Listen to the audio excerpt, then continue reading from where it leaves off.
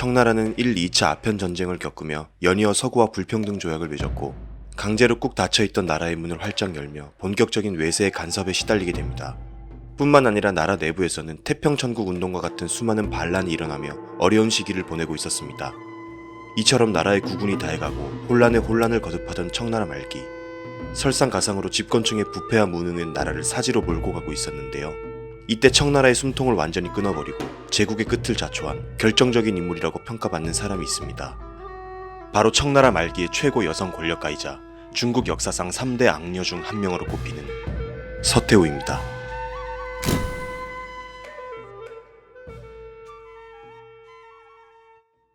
(1850년) 청나라에서는 9대 황제 한풍제가 황제의 자리에 올랐습니다. 막 홍수전을 비롯한 배상제외 세력이 태평천국이란 나라를 세우기 바로 직전이었죠. 한풍제의 첫 번째 부인인 효덕현 황후는 그가 황제에 오르기 바로 직전 사망한 상태였습니다. 그리고 청나라는 무엇보다도 중요했던 황실의 계보를 잇기 위해 한풍제의 새로운 아내를 맞이해야 했고 수녀 선발이라는 제도를 통해 궁녀를 선발합니다. 당시 청나라는 3년에 한 번씩 이러한 제도를 통해 황제의 궁녀를 뽑았는데 선발 대상은 14세에서 18세의 만주족 8기 여인들이었습니다. 기인이라고도 부르던 이 계층의 여인들은 수녀 선발에 반드시 참가해야만 했다고 하는데요. 서태후 역시 1851년 수녀 선발 제도에 참가하게 됩니다. 그리고 그녀는 16세의 나이에 귀인이라는 신분으로 자금성에 입궁하게 되죠. 서태후는 그렇게 수많은 여인들과 함께 황제의 근처, 즉 권력 가까이 조금씩 다가가고 있었습니다.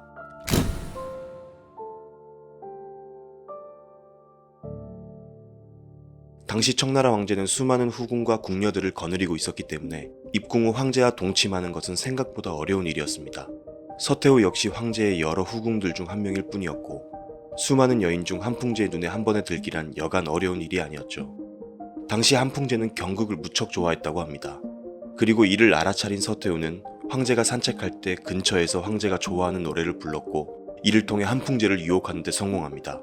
그리고 마침내 황제와 동침에 성공한 서태후는 황자를 낳게 되죠. 당시 아들이 귀했던 청나라 황실에서 서태후는 너무나 큰 일을 해낸 것이었고 서태후의 계급도 귀인에서 귀비로 단숨에 뛰어오릅니다. 그리고 아들을 낳음으로써 서태후의 숨겨져 있던 권력욕이 조금씩 드러나기 시작합니다.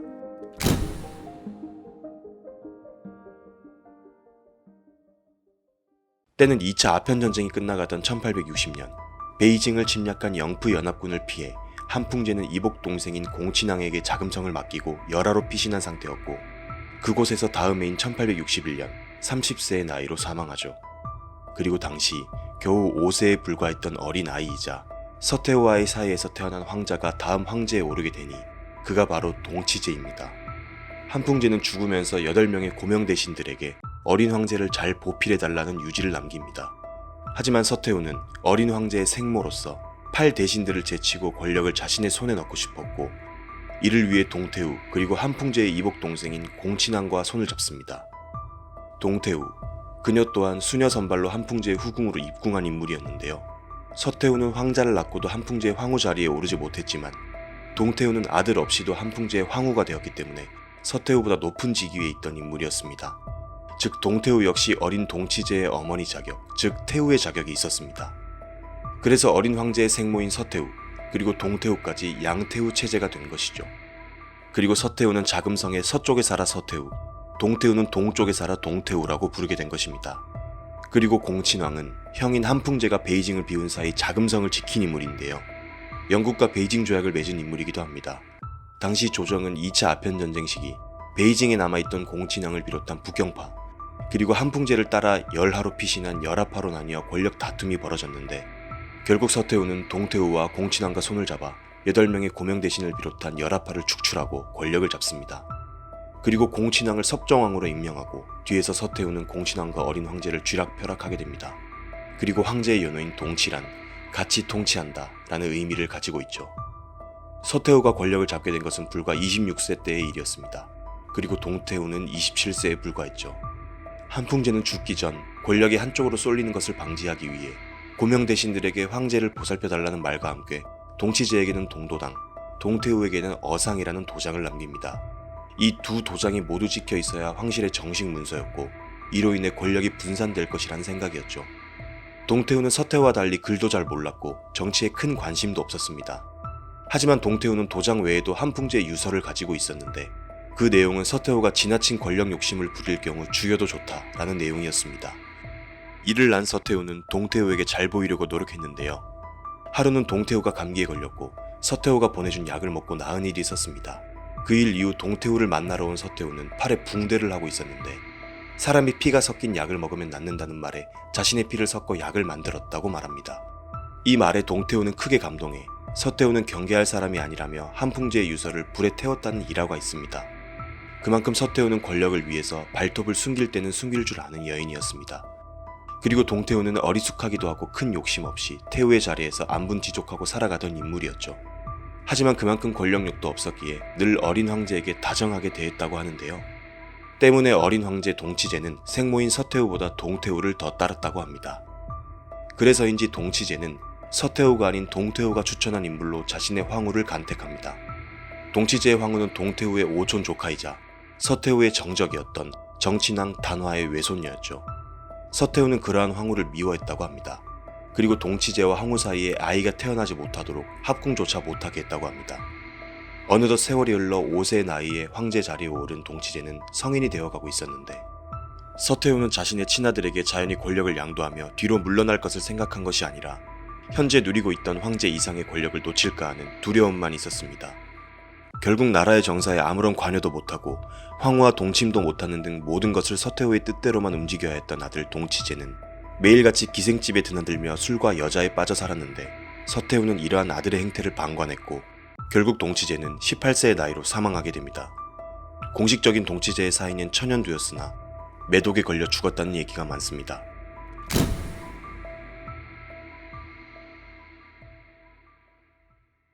서태후는 한풍제의 이복 동생인 순친왕의 아들 광서제를 다음 황제로 내세우는데 그때 광서제의 나이 4세였습니다. 당연히 4세인 황제는 나라를 이끌 수 없는 나이였고 서태후가 뒤에서 모든 것을 쥐고 있었죠. 사실 아무리 서태후의 뜻대로 청나라가 돌아갔다고 하더라도 명목상 황제 뒤에서 공친왕, 동태후와 같이 섭정을 하던 삼두정치였습니다. 그러던 1881년 동태후가 43세의 나이로 사망하게 됩니다. 공식적인 사인은 뇌진탕이라고 기록되어 있으나 서태후가 보낸 전병을 먹고 죽었다는 얘기가 많죠. 그리고 공친왕 역시 베트남을 두고 싸운 청프 전쟁 패배의 원인을 뒤집어쓰며 파면당합니다. 그리고 이제 정적 혹은 라이벌이 모두 없어지고 허수아비 황제를 앞세운 완벽한 서태후의 세상이 된 것이죠.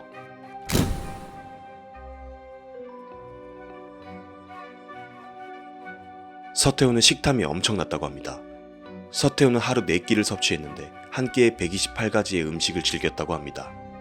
서태후의 단 한 끼 식사에 투입된 비용은 일반 농민 1년치의 끼니에 해당하는 엄청난 액수였다고 합니다. 그리고 서태후는 자신의 피부를 유지하기 위해 젊고 예쁜 산모의 모유를 즐겨 먹었다고 합니다. 또한 옷과 보석에 대한 집착도 심해 자신을 치장하는 데만 수많은 인력과 돈을 투입해 사치를 즐겼습니다. 그리고 서태후의 가장 대표적인 사치 행위로 이화원 건립이 있습니다. 이화원은 황실 정원으로 쓰인 곳으로 현재도 중국 베이징에서 가장 대표적인 관광지 중 한 곳입니다. 이곳에는 사람이 직접 삽으로 파서 만든 인공호수인 곤명호가 있는데요. 호수를 파낸 흙으로 이화원을 둘러싸고 있는 만수산이라는 산을 쌓았을 정도로 어마어마한 규모였습니다. 그렇게 해서 만들어진 이화원 전체의 크기는 여의도 면적의 10배에 달할 정도로 엄청난 크기였죠. 당시 청나라 1년치 예산의 30%가 이화원 건립에 투입되었다고 합니다. 광서제를 허수아비로 내세우고 서태후는 이곳에서 지내며 사치와 향락을 즐겼는데요. 특히 곤명호 안에는 인공섬인 남오도라는 섬이 있었는데 서태후가 좋아하던 미소년들을 모아놓은 섬이라 미남섬이라고도 불렸습니다. 서태후는 매일 밤 미소년들을 차출해 잠자리를 보냈고 이후 소문이 새어나가는 것을 막기 위해 잠자리를 보낸 미소년들을 제거했다고 합니다.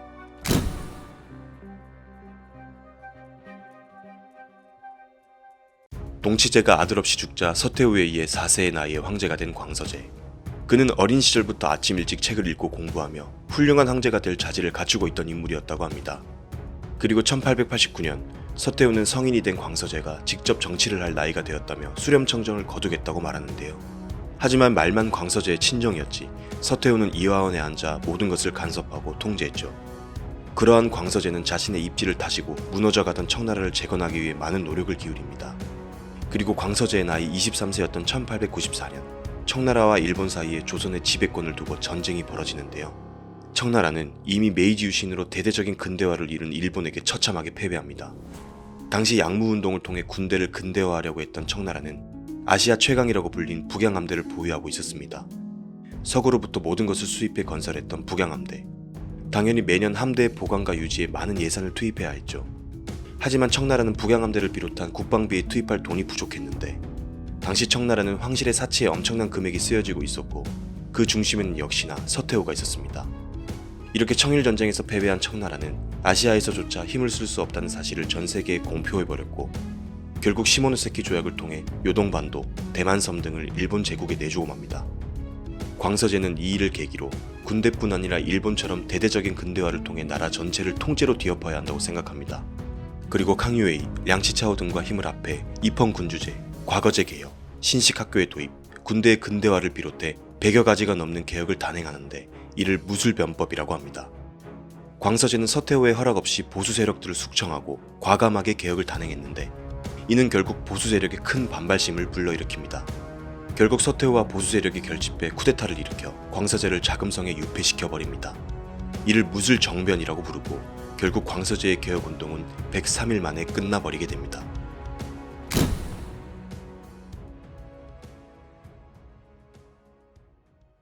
이러한 과정을 거치며 서태후는 광서제를 폐위하고자 합니다.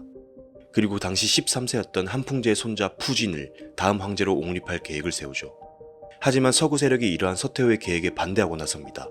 때마침 당시 청나라의 민심은 서구의 간섭 및 근대화 운동으로 나라가 이 지경이 되었다며 서양인들에 대한 반발심이 극도로 커지고 있었고 결국 의화단이라는 무술과 백령교를 기반으로 한 종교 세력을 중심으로 반서구 운동이 거세게 일어납니다.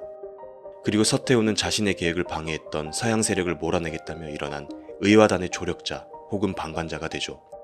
이들은 청을 돕고 서양 세력을 물리친다 라는 부청멸량이라는 것을 슬로건 삼고 서양인과 선교사들을 학살하고 다닙니다.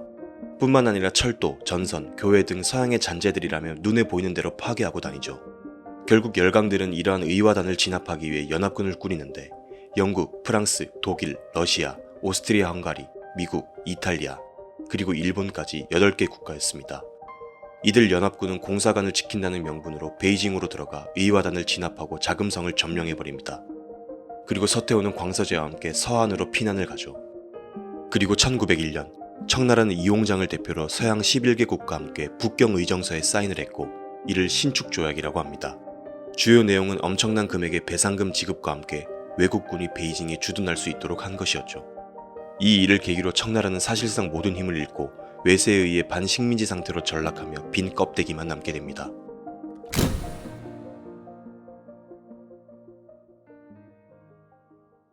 자금성으로 다시 돌아와 감금 생활을 이어가던 광서제도 1908년 37세의 나이로 사망하죠. 참고로 광서제는 훗날 유해가 발견되고 독살당했다는 사실이 밝혀졌는데 그 배우가 서태후란 얘기도 많습니다. 그리고 서태후는 당시 3세였던 푸이를 새로운 황제로 옹립하는데 바로 청나라의 마지막 황제인 선통제입니다. 동치제, 광서제, 그리고 선통제 푸이까지 5세 이하의 어린 아이들이 연이어 청나라의 황제의 자리에 올랐죠. 서태후의 나이는 어느덧 70을 넘긴 상태였습니다. 20대 때부터 약 50여 년 동안 어린 황제를 허수아비로 세우고 권력을 움켜쥐고 있었던 서태후는 고령으로 이질이라는 병을 얻어 73세의 나이로 사망합니다. 그리고 세상을 떠나기 전 여인이 정사에 관여하는 일이 없도록 하라 라는 말을 남기죠. 서태후는 오랜 기간 어린 황제의 뒤에 앉아 권력을 움켜쥐고 사치를 일삼으며 청나라의 멸망을 자초한 인물로 평가받으며 한나라의 여태후, 당나라의 측천무후와 함께 중국 3대 악녀로도 꼽힙니다. 반면 당시 여성이란 한계를 뛰어넘고 수십 년간 나라를 실질적으로 통치할 만큼 처세와 능력이 뛰어났다고 평가하는 사람들도 있죠. 오늘은 청나라 말기 실질적인 황제 서태후 이야기였습니다.